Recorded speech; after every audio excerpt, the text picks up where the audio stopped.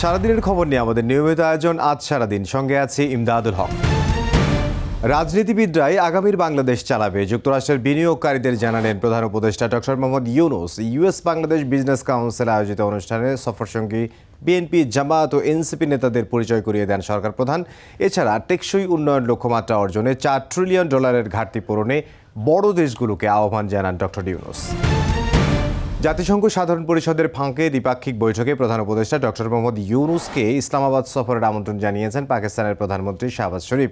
বৈঠকে দ্বিপাক্ষিক সম্পর্ক আরও এগিয়ে নেওয়ার প্রত্যয় ব্যক্ত করেন দুই সরকার প্রধান। ভবিষ্যতে স্বৈরাচারের উত্থান ঠেকাতে দলগুলো দ্রুতই জুলাই সনদ সই করবে বলে আশাবাদ জানান ডক্টর মোহাম্মদ ইউনূস। এদিকে ডিসেম্বরে ঢাকায় আসছেন ইতালির প্রধানমন্ত্রী জর্জিয়া মেলোনি। যারা পিআর পদ্ধতিতে নির্বাচন চায় তারা দেশের স্থিতিশীলতা চায় না বলে মন্তব্য করেছেন বিএনপির স্থায়ী কমিটির সদস্য সালাউদ্দিন আহমদ। বলেন, পিআর হচ্ছে পার্মানেন্ট রেস্টলেস, তাই শেখ হাসিনার মতো আরেকটি ফ্যাসিস্ট সরকার তৈরি হবে। দলের আরেক নেতা ডক্টর এজেড জাহিদ হোসেন বলেছেন, কয়েক সপ্তাহের মধ্যে দেশে ফিরে গণতন্ত্র পুনরুদ্ধারে নেতৃত্ব দেবেন তারেক রহমান। শিগগিরই দলীয় মনোনয়ন চূড়ান্ত হবে বলেও জানিয়েছেন তিনি। নির্বাচনমুখী দল হিসেবে নির্বাচনের প্রস্তুতি নিচ্ছে জামায়াত, তবে প্রতিবেশী দেশের রাজনৈতিক হস্তক্ষেপ বাংলাদেশের জন্য বড় চ্যালেঞ্জ বলে মনে করে দলটি। চীনা প্রতিনিধি দলের সঙ্গে বৈঠকে কথা বলেছেন জামায়াতের আমির। বাংলাদেশের জনগণের সঙ্গে চীনের সম্পর্ক উন্নয়ন করতে চায় বলেও জানিয়েছেন প্রতিনিধি দলের প্রধান। নিউ ইয়র্কে বিমানবন্দরে হামলার ঘটনায় মামলা করেছেন এনসিপির সদস্য সচিব আক্তার হোসেন। স্থানীয় সময় বুধবার রাতে পোর্ট অথরিটি পুলিশ ডিপার্টমেন্টে দুজনের নাম উল্লেখ সহ অজ্ঞাত 15 জনের নামে মামলা করেন তিনি। বিষয়টি নিশ্চিত করে এক ভিডিও বার্তায় আক্তার জানান, শুধু বিমানবন্দরই নয়, হোটেল লবিতেও আওয়ামী লীগ নেতাকর্মীরা তাকে হেনস্থার চেষ্টা করেন। তবে নিউ ইয়র্কের এনসিপির ডায়াসপোরার সদস্যরা তা প্রতিহত করে। ভিডিও বার্তায় দেশে ও দেশের বাইরে আওয়ামী লীগকে আইনিভাবে প্রতিহতের আহ্বান জানান আক্তার।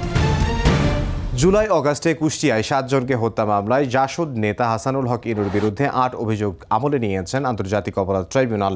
29 সেপ্টেম্বর তাকে হাজির করতে বলা হয়েছে। ইনুর বিরুদ্ধে গণভবনে বৈঠক করে ছাত্র জনতাকে হত্যার নির্দেশ, জঙ্গি ট্যাগ দিয়ে উস্কানিমূলক বক্তব্য দেওয়ার 8টি অভিযোগ আনা হয়েছে। এদিন ট্রাইব্যুনাল 1-এ আশুলিয়ায় 6 লাশ পোড়ানো এবং চানখারপুলে 6 জনকে হত্যা মামলার সাক্ষ্য ও জেরা অনুষ্ঠিত হয়।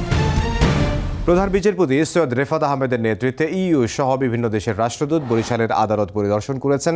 সিনিয়র জেলা ও দায়রা জজ শেখ ফারুক হোসেন জানান, দেশের বিচার বিভাগকে পৃথকীকরণে প্রধান বিচারপতি কাজ করছেন।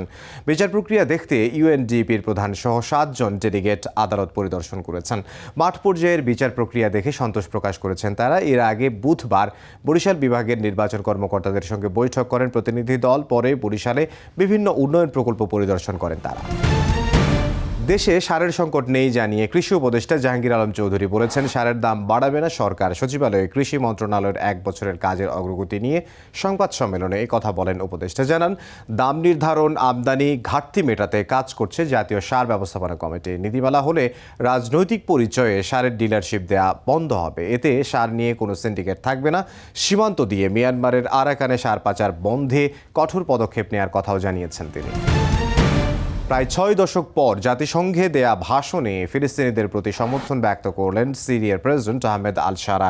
দ্রুত সংঘাত বন্ধ করে দ্বিরাষ্ট্র বাস্তবায়নের আহ্বান জানিয়েছেন তিনি। এদিকে গাজায় হত্যাযজ্ঞ বন্ধের আহ্বান জানিয়েছেন স্পেনের রাজা ফিলিপে। নিরাপত্তা পরিষদ সংস্কারের আহ্বান জানিয়েছেন জাপানের প্রধানমন্ত্রী। সহিংস আন্দোলনের পর থমথমে পরিস্থিতি বিরাজ করছে ভারতের কেন্দ্র শাসিত অঞ্চল লাদাখে। লেহ শহর জুড়ে জারি করা হয়েছে কারফিউ। সহিংসতার জন্য বিরোধী দল কংগ্রেসকে দায়ী করেছে ক্ষমতাসীন বিজেপি। বুধবার পূর্ণাঙ্গ রাজ্যের দাবিতে সহিংস বিক্ষোভে নিহত হন 4 আন্দোলনকারী, আহত হন আরও 90 জন। এই ছিল আজ সারাদিনে। দেখা হবে আগামীকাল।